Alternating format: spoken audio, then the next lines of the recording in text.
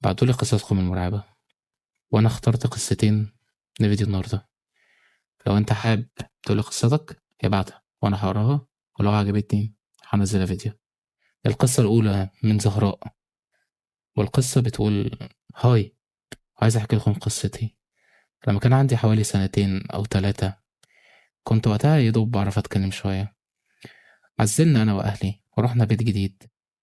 البيت ده زمان كان مقبرة كنيسة واتهد بسبب الحرب. في أول يومين أمي بدأت تلاحظ عليا تصرفات غريبة، وأنا قاعدة بتكلم مع حد مش موجود أو بضحك، فافتكرت إنه بيتهيألي أو بتخيل.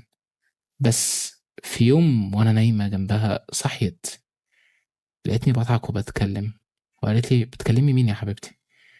قلت لها: عم وطنط يا ماما. هي لفتت انتباهها في آخر الأوضة خيال أسود بس ليه عيون، كان واقف يبص علينا، وأنا كمان كنت ببص له. أمي كان قلبها أجمد شوية: يا زهرة، قوليله تصبح على خير. عملت كده ونمت. بس من يومها أمي بقت تراقبني كل يوم، فالظاهر إنهم حسوا إنها مش عايزاني ألعب معاهم. وفي يوم هي خرجت وسابتني أنا وإخواتي البنات لوحدنا. فجأة لقينا حد بيحاول يكسر الباب بكل قوته، والعمارة اللي احنا ساكنين فيها كانت مهجورة وما فيهاش حد، بسبب إنها كانت مقبرة زمان. والرزع كان مرعب، رزع غريب مش طبيعي خالص، لحد ما اختي راحت تبص من العين السحرية ولقيت خيال اسود واقف بيبص لها من عين. جرينا كلنا واستخبينا لحد ما امي رجعت وحكينا لها، بس هي ما صدقتش. لحد تاني يوم الصبح لما شافت بنفسها بقعة دم على الأرض، ما نعرفش جت منين لحد النهاردة. القصة التانية من أكاونت اسمه بودي. في يوم 26/11/2021 كان عيد ميلادي السابع، واللي كان السبب في رعبي لحد دلوقتي، لأني شخص مستكشف وفضولي. بدأنا اليوم بإن عيلة أبويا جت وجابولي معاهم كاميرا صغيرة، ما كانتش أحسن حاجة يعني، بس كانت كاميرا حلوة. ساعتها كنت بصور بيها كل حاجة، بصور أخويا وهو بيتخانق أو بيشتم، أو فيديو لأبويا وهو قاعد بالفانيلا.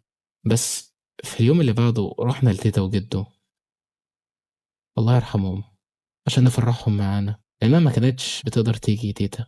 في اليوم ده الساعة 5:30 الصبح الدنيا كانت نور قوي. قعدنا أنا وولاد عمتي اللي قدي نلف ونشوف بيت تيتا وجده، المكون من دورين، دور فوق ودور تحت. الدور اللي تحت ما كانش حد بيدخله، لأن تيتا كانت بتحذرنا منه وبترعش لما حد يقرب من الباب أكتر من اللزوم. كنا بنحاول نخش كتير بس كنا بننكشف، عشان كده صحينا بدري قوي ودخلنا أوضة جده الله يرحمه، ودورنا على المفتاح لمدة نص ساعة. لقينا أخيرا في درج الكومودينو مع الملفات مفتاح، خدنا المفتاح ونزلنا الدور التحتاني بحذر، ودخلنا أخيرا وقفلنا الباب. النظرة الأولى للمكان تخلي قلبك يتقبض: عفش متهالك وحيطان مكسرة والشقة مردومة بالتراب، وكان صعب إنك تتنفس في الأوضة دي. بدأنا نفتح الأبواب كلها بتاعت الأوضة. الشقة فيها 4 أوض، وفي أوضة لفتت نظري، الإزاز بتاع الباب بتاعها مكسور. بدأت أفتح الباب واحدة واحدة، وكنت قلقان ساعتها الصراحة، بس شجعت نفسي ودخلت الأوضة.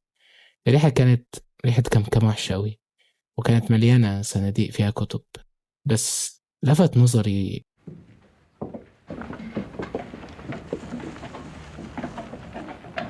صندوق خشب مقفول بحبل. فكينا الحبل اللي عليه ولقينا في الصندوق 4 صور مكتوب عليهم بالقلم الأحمر علامة إكس وشوية كلمات زي توقيف الحال وعدم الجواز واللي منها كده يعني.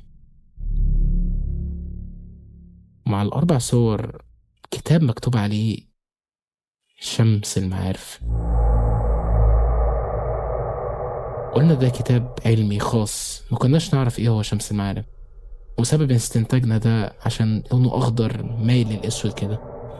فتحنا الكتاب لقينا فيه برضه حروف متشقلبة وحاجات غريبة أوي، ولقينا كلام كتير أوي مش هاكتبه أو مش هاقوله عشان حرام، بس استحضار للجن وحاجات زي دي ما كناش نعرفها. فابن عمتي اللي عنده 10 ل11 سنة هو اللي كان بيعرف يقرا، فكان بيحاول يقرا أو يفهم إيه اللي بيتقال، وإحنا كنا بنقول وراه تاني على إنه كتاب علمي، لحد ما وصل للصفحة أول ما قرا فيها قفل الكتاب على طول. استغربنا، وبعديها النور قطع وبدأت حاجات غريبة أوي تحصل. بدأت حاجات في المطبخ اللي ما كانش فيه غير كوبايات وحلل قديمة إنها تقع، والصوت صحى بعض اللي كانوا في البيت فوق، والدنيا استمرت في إنها تبوظ أكتر. لما أنا دخلت المطبخ أشوف فيه إيه، لقيت كوباية وقعت واتكسرت على رجلي، ورجل ولاد عمتي الاتنين اللي جم بسرعة على الصوت، الإزاز دخل في رجلهم وهم ما كانوش شايفين. نزل البيت كله بسبب الصويت وكسروا الباب ودخلوا علينا، لقونا جوه والنور قاطع. بعدها بكام شهر فضلت نفس الحاجات الغريبة ترجع وتحصل لي تاني، النور يقطع، حاجات تتكسر، لدرجة إني لما آخر ما زهقت حطيت كاميرا في المطبخ لمدة يوم كامل.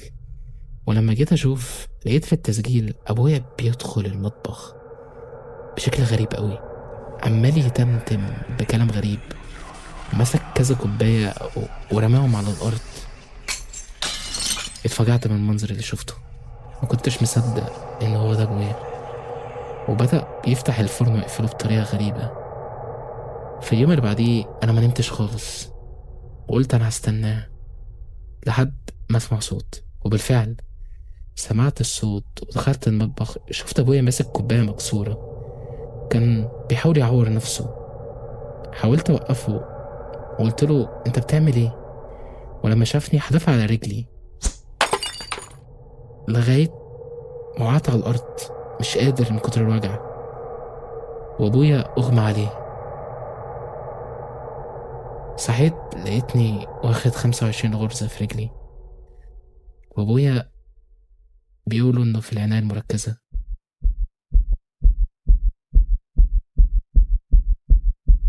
مش عارف مش عارف إيه السبب في كل ده،